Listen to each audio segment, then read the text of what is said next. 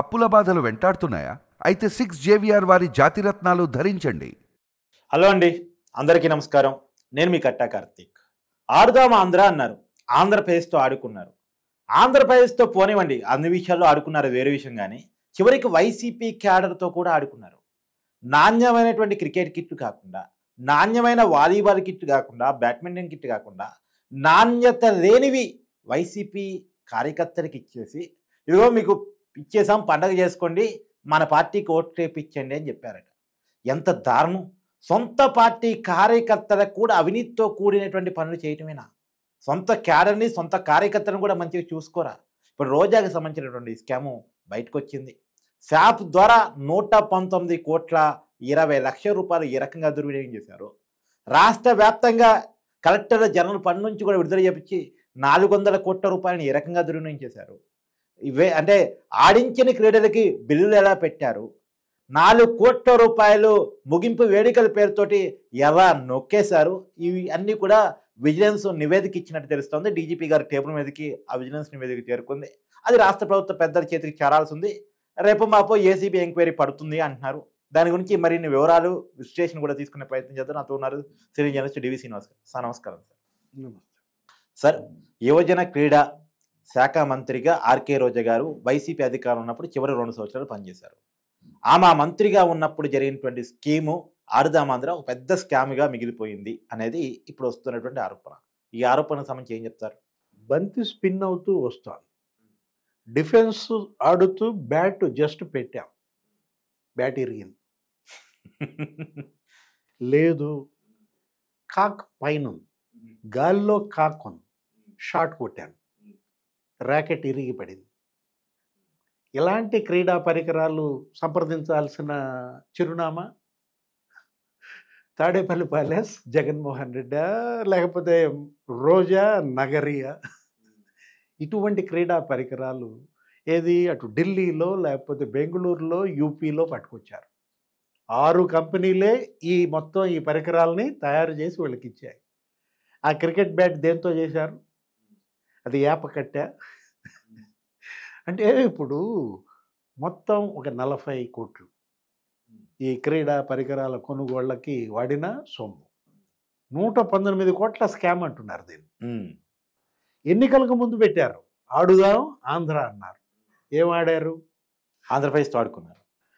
అంటే మీ అవినీతి ఆటకి ఇవాళ ప్రజాధనం ఇంత పెద్ద ఎత్తున దుర్వినియోగం చేస్తారా? అంటే ఇప్పుడు పెద్దిరెడ్డి రామచంద్రారెడ్డికి మైనింగ్ రాసి ఇచ్చావు, లేకపోతే మిథున్ రెడ్డికి లిక్కర్ రాసి ఇచ్చావు, మరి నాకేంటందా రోజా? ఆమెకి శ్రావణ మాసం వాయినం, ఇది ఏదో వాయినం ఇస్తారంట ఆడాళ్ళకి ఈ నోవులు నోసుకునేటప్పుడు. అట్లా ఈ 119 కోట్లు వాయినంగా రోజాకి చదివించుకున్నాడా జగన్మోహన్ రెడ్డి? ఇక్కడ తను ఏమన్నారు, మొన్న కూడా ఏదో సందర్భంలో ఆ మధ్య ఎవరో కదిలిచ్చారు రిపోర్టర్, ఏమంటే మీ మీద ఆడుదాం ఆంధ్ర కేసు వస్తుందంట, మీరెందుకు ఇట్లా నోటి దూల అనేది. అంటే ఏముంది, అప్పుడు R&B కార్యదర్శిగా ఉన్న ఆయన ఇప్పుడు సీఎంఓలో ఉన్నాడు. అవును అని ఆమంది. అంటే ఏంటి, అధికారులను బలి చేస్తారు తప్ప మా రాజకీయ నాయకుల జోలికి రారనా వీళ్ళ యొక్క ధీమా? ఇప్పుడు రోజా అన్న మాటలు, ఇప్పుడు లిక్కర్ స్కామ్, వాసుదేవరెడ్డి జైలుకి వెళ్ళాడా లేకపోతే మిథున్ రెడ్డి జైలుకి వెళ్ళాడా? ఇవాళ వాసుదేవరెడ్డి బయటే ఉన్నాడు, వెంకటరెడ్డి బయటే ఉన్నాడు. అవును, అప్రూవర్లుగా మారుతారు. ఆ విషయం తెలుసుకోవాలి. ఆఫీసర్లు ఏంటి, ఆ రోజు నీ ఒత్తిడి తట్టుకోలేక సంతకాలు పెట్టుండొచ్చు, నువ్వు పంపిన ప్రతి ఫైలు ఆమోదించి ఉండొచ్చు. కానీ ఇవాళ ప్రభుత్వం మారి వాళ్ళకి స్వేచ్ఛ వస్తే నీ యొక్క ఒత్తిళ్లు చెప్తారు, నీ బెదిరింపులు చెప్తారు. ఇవాళ రోజా ఈ కేసులో పీకల్లోతు కూరుకుపోయింది. దీంట్లో నుంచి ఆమె బయటకు వచ్చారు. సరే, ఈ స్కామ్ బయటకు వచ్చిన తర్వాత ఆర్కే రోజా గారు ప్రెస్ మీట్ పెట్టే సహజంగా ప్రతి విషయం మీద మాట్లాడుతుంటారు కదా ఆవిడ. ఎక్కడున్నారు ఆవిడ? అంటే ఆ మధ్య కూడా ఏదో మాట్లాడింది, గాల్లో వచ్చారు, గాలి డాష్ డాష్ అనేది బూతులు కూడా తిట్టింది అనమాట. అంటే ఇప్పుడు ఇక్కడ ఏంటంటే ఈ దేంట్లో నీకు ఆ ముగింపు ఉత్సవాల్లో 3 కోట్లు ముదనష్టం చేశారు. ఈ ఒక్క దీంట్లో ముగింపు ఉత్సవాలను పెట్టి 3 కోట్లు దొంగ బిల్లులు చేసుకున్నారంట. క్రీడాకారులుగానేమో వైసీపీ కార్యకర్తలు కంప్లీట్. సరే, పోనీ వాళ్ళకన్నా మంచి కిట్ ఉంటే కనీసం వాళ్ళైనా బాగుపడి ఉన్నవాళ్ళు, వాళ్ళని కూడా అన్యాయం చేశారని కదా ఇప్పుడు బాధ. ఎవరు ఓట్లు వేస్తారు? అలాంటి కిట్లు ఇస్తే ఓట్లు ఎందుకు పడతాయి వీళ్ళకి?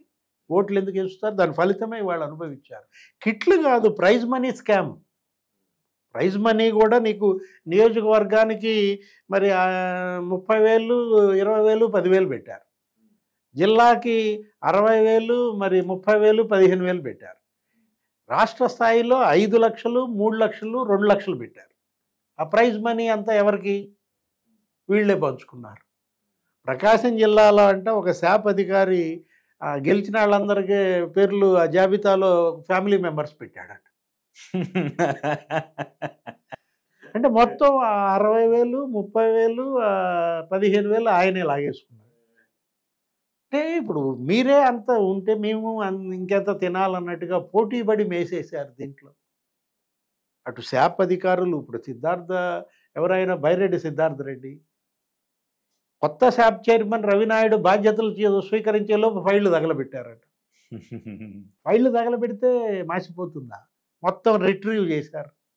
ఆ ఫైళ్ళన్నీ కూడా మళ్ళీ రిట్రీవ్ చేసినటువంటి పరిస్థితుల్లో బైరెడ్డి సిద్ధార్థ రెడ్డి, రోజా జైలుకి వెళ్ళడం ఖాయమా? ఇప్పుడు ఆల్రెడీ ఒక మాజీ మంత్రి జైలుకి వెళ్ళాడు. ఎవరు? కాకాని గోవర్ధన్ రెడ్డి. జగన్మోహన్ రెడ్డి క్యాబినెట్లో పనిచేసిన నెక్స్ట్ మాజీ మంత్రి రేసా పోటీ నడుస్తుందా? జోగి రమేష్ ముందు వెళ్తాడా? పేర్ని నాని ముందు వెళ్తాడా? పెద్దిరెడ్డి రామచంద్రరెడ్డి వెళ్తాడా? లేదు మీ అందరికన్నా విడుదల రజనీని కూడా తోసిరాదని రోజా నేనే అంటోందా? ఇక్కడ అసలు క్రీడాకారులనంట వసతి కల్పిస్తూ 45 లక్షలు బిల్లు చేసుకున్నారు. క్రీడాకారుల వసతి 45 లక్షల బిల్లు ఇవాళ ఎక్కడ వసతి కల్పించారు? టిడ్కో ఇళ్లలో. చంద్రబాబు కట్టిన టిడ్కో ఇళ్ళు లబ్ధిదారులకు ఇవ్వాల పాడు పెట్టారు. తర్వాత వైసీపీ రంగులేశారు. దాంట్లోనే కరోనా పేషెంట్లను పెట్టారు. అప్పట్లో కరోనా డిసీజ్ విపరీతంగా ఉన్నప్పుడు వాటిల్లో క్రీడాకారులకు వసతి కల్పించి నువ్వు ఎలా 45 లక్షలు బిల్లు చేసుకుంటావు? ఆ వీడియో ఫోటోలు అని చెప్పి ఒక 35 లక్షలు బిల్లు చేసుకున్నారు. నీకు వీడియో ఫోటోలు అనగానే నాకు సంజయ్ గుర్తొస్తాడు. ఐపీఎస్ సంజయ్, అగ్నిమాపక శాఖ ఇన్ఛార్జిగా. ఇట్లాగే ఆయన కూడా SC/ST అట్రాసిటీ యాక్ట్ అని చెప్పి దాని మీద ప్రజలకు అవగాహన కల్పిస్తున్నా అన్నాడు. అక్కడ ఆయన కళ్యాణ మండపాల అద్దెకు తీసుకున్నాననేమో రాశాడు. వాళ్ళతో బెదిరించి ఫ్రీగా తీసుకున్నాడు. ఆ తర్వాత ఈ వీడియో, ఈ ఫోటోగ్రఫీ 15 లక్షలు బిల్లు పెట్టుకున్నాడు. మొబైల్ ఫోన్లలో కానిస్టేబుల్తో దించాడు.